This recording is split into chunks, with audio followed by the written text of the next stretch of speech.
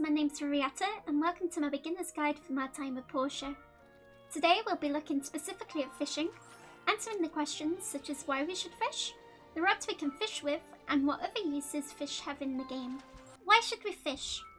Whether you're just starting out or nearing the end of the game, fishing is one of the most reliable ways to make money. Goals are the game's currency, in which are used for various things, including expanding your house, upgrading your workshop, buying gifts to improve your relationships, and to also buy equipment such as weapons and armor. Another perk of fishing is that you also gain a juicy amount of experience depending on the rarity of the fish. The rarer the fish, the more experience that you will receive. How to get each fishing rod. There are a total of 3 unlockable fishing rods in My Time at Portia. The first being the beginner's fishing rod, the second is the classic fishing rod, and the final is the master fishing rod. The beginner's fishing rod can be unlocked with a level 1 workshop. You will need 15 wood, 2 wild cocoons and 1 copper bar. Wood can be gathered from the branches found across the lands of Portia, or it can also be gathered directly from trees. However, I would highly recommend building an axe and a pickaxe before creating a fishing rod. Wild cocoons can be gathered from kicking large trees, but I have noticed that wild cocoons mainly drop from trees that also contain honey. A copper bar can be made using the stone furnace, however it requires copper, which can be found by mining in the abandoned ruins number 1.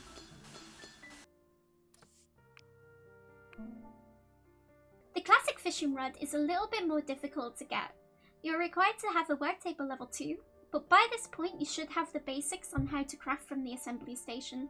But if you do have any questions, please feel free to leave a comment and I'll get to you as quick as possible.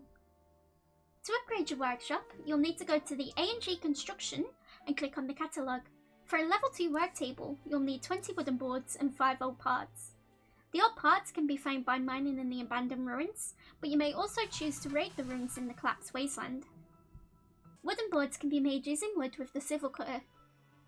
To craft the classic fishing rod, you will need 3 bronze pipes, 2 wild cocoons and 1 manganese bar.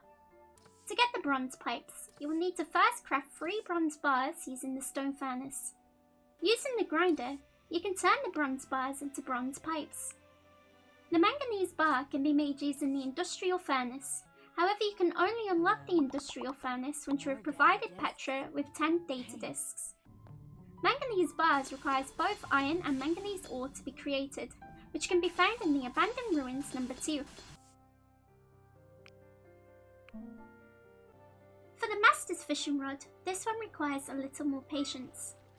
Whilst the master's fishing rod isn't too difficult to achieve, you will have to unlock the museum, which can't be unlocked until quite late in the game. Once the museum is unlocked, you will be required to donate an emperor fish of each species. Once you have donated one of each fish, Merlin will send you a gift in the mail. It will be your own wonderful master's fishing rod. Timmy K has already created a wonderfully detailed video explaining where to unlock the fish and how to donate, so I'll link that video in the description. After unlocking all 3 rods, I experimented between the difference of difficulty for catching each fish. Between all 3 rods, there was not really a noticeable difference between catching smaller fish such as catfish, koi and frogfish. However, there was a noticeable difference between all of the 3 rods when facing against a Goliath and all of the variants of kingfish. The beginner's rod will be able to pull in a Goliath, but will require much more precision and patience. The Goliath gets much easier with the classic rod, and it is incredibly easier with the master's fishing rod. The beginner rod definitely struggles when pulling in a kingfish. I have managed to catch a kingfish previously, but I do suggest unlocking the classic rod before attempting to complete your kingfish collection. Fish breeding. I didn't realise fish breeding was a thing until recently. You have to add 2 of the same fish into a fish tank, and then after 8 days they will breed. I do recommend only breeding kingfish. For every time the fish breeds, they will reproduce a kingfish that you can sell for 5,000 golds. You can feed fish dough or bug eggs, however I do recommend using dough as you can produce it yourself and it doesn't use up any stamina. There are multiple ways of getting dough. You can buy directly from Sophie's farm, or you can build a blender and create flour from growing wheat. Wheat can be purchased from Sophie's farm, but you will also need mucus that you can get by defeating Mr. Ladybugs and enemies in the collapsed wasteland. You can also choose to order mucus from the Civil Corps. After creating flour, you can then turn the flour into dough using the blender. I do try to feed my fish at least 5 dough a day just to be safe. Other uses. Fishing can be used to cook to provide temporary battle buffs such as damage, defense, and critical damage. Cooked fish can also be used to regen stamina and health. Whilst I'm not someone who prioritizes cooking on the game, I do enjoy gifting fish to 2 of my favourite characters, Pinky and Scraps.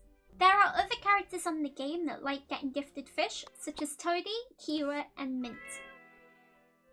Whilst Pinky and Scraps are both massive fans of fish, they are incredibly picky eaters. My favourite to gift them is the dry blade fish, as both of the pets love it. To get this item, obtain blade fish from the collapsed wasteland fishing spot.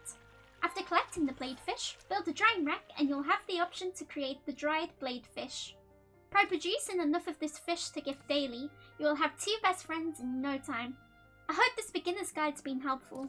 If you have any questions or would like to see another guide in the future, please leave a comment and I'll reply to you as soon as possible.